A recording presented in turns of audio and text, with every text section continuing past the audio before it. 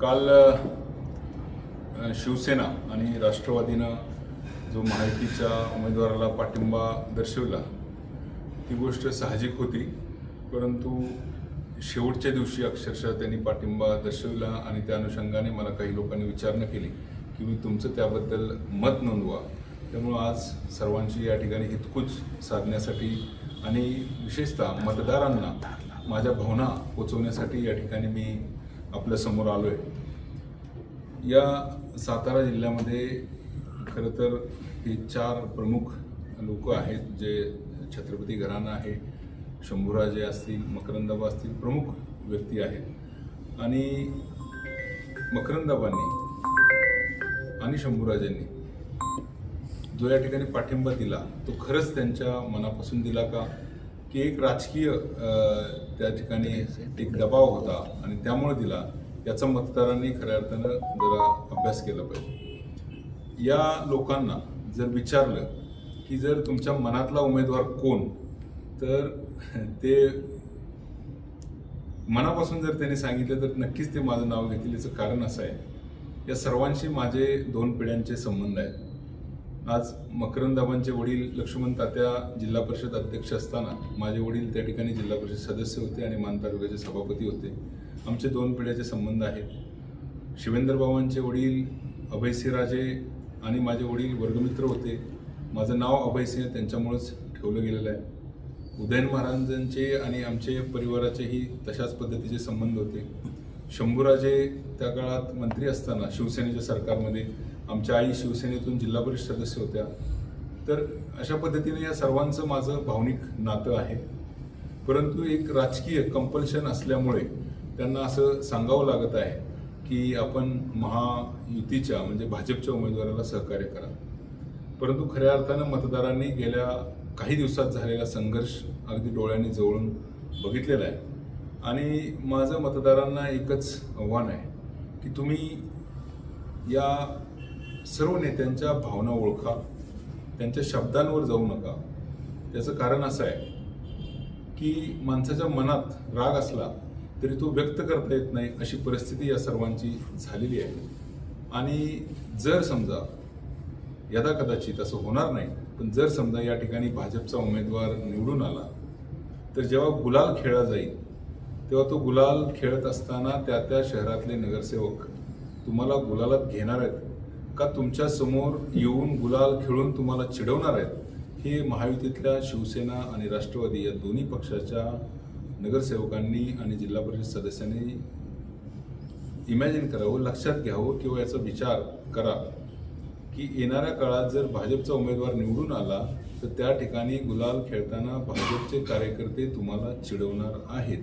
आणि आम्ही कसं यांच्या डोक्यावर बसलो, यांनी विरोध करून काय फायदा झाला, अशा टाईपच्या बडाया मारणार आहेत. तिथं या ठिकाणी येऊन तुमच्या समोर शड्डू ठोकला जाणार आहे आणि त्या ठिकाणी बंदूक चालवली जाणार आहे. आणि ती बंदूक एका बाजूला फलटणच्या दिशेने, दुसऱ्या बाजूला सातारच्या दिशेने, तिसऱ्या बाजूला वाईच्या दिशेने, पाटणच्या दिशेने दाखवली जाणार आहे.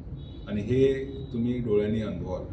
तर असं होऊ नये असं जर तुम्हाला वाटत असेल, तुमच्या नेत्यांची प्रतिष्ठा खऱ्या अर्थाने यातच आहे की तुम्ही या ठिकाणी भाजपचा पराभव केला पाहिजे. अन्यथा येणाऱ्या काळात सुद्धा 2029ला तुमच्याच नेत्यांना अनेक अडचणी या ठिकाणी वाढणार आहेत. माझ्याबद्दल बोलायचं झालं तर इतकी निगेटिव्ह परिस्थिती असताना, कमी मतदान असताना सुद्धा एखाद्या वादळात जसा दिवा पेटत राहतो तशा पद्धतीनं मी संघर्ष करतोय.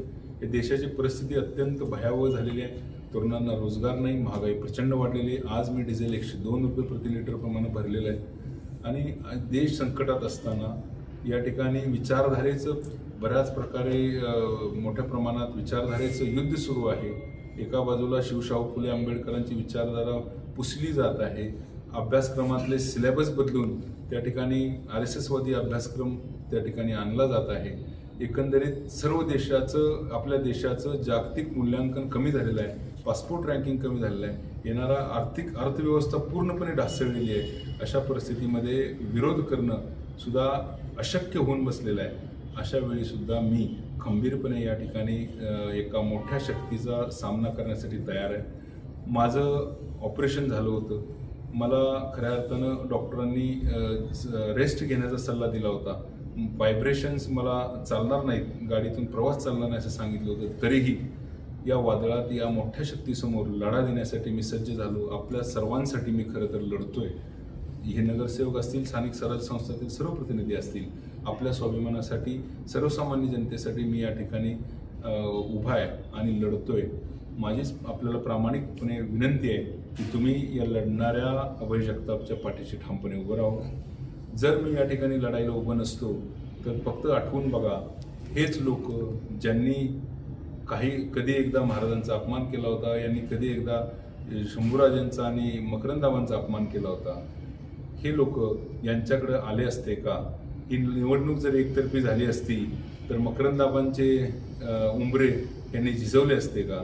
मला एकाच गोष्टीचा अभिमान आहे, या सर्व मतदारांना, मकरंदाबांवर प्रेम करणाऱ्या, शंभूराजांवर प्रेम करणाऱ्या, दोन्ही छत्रपतींवर प्रेम करणाऱ्या सर्व मतदारांना मी एवढंच सांगू शकतो, मला एकाच गोष्टीचा खूप अभिमान वाटतो.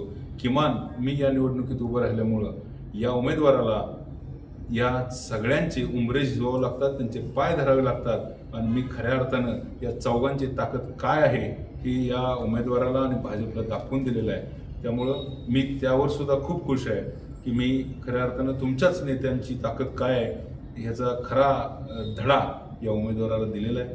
माझी खूप प्रामाणिक इच्छा आहे, मी एक लढवया कार्यकर्ता आहे. या देशाची परिस्थिती अत्यंत विपरीत आहे. अशा परिस्थितीमध्ये लढा देणं सुद्धा खूप अवघड आहे आणि अशा परिस्थितीत मी एका वादळात उभा आहे. आपल्या सर्वांचं सहकार्य मला लाभावं यासाठी मी मनपूर्वक विनंती करण्यासाठी आणि आपल्यासमोर आव्हान करण्यासाठी खऱ्या अर्थानं या ठिकाणी पत्रकार परिषद या ठिकाणी आयोजित केली.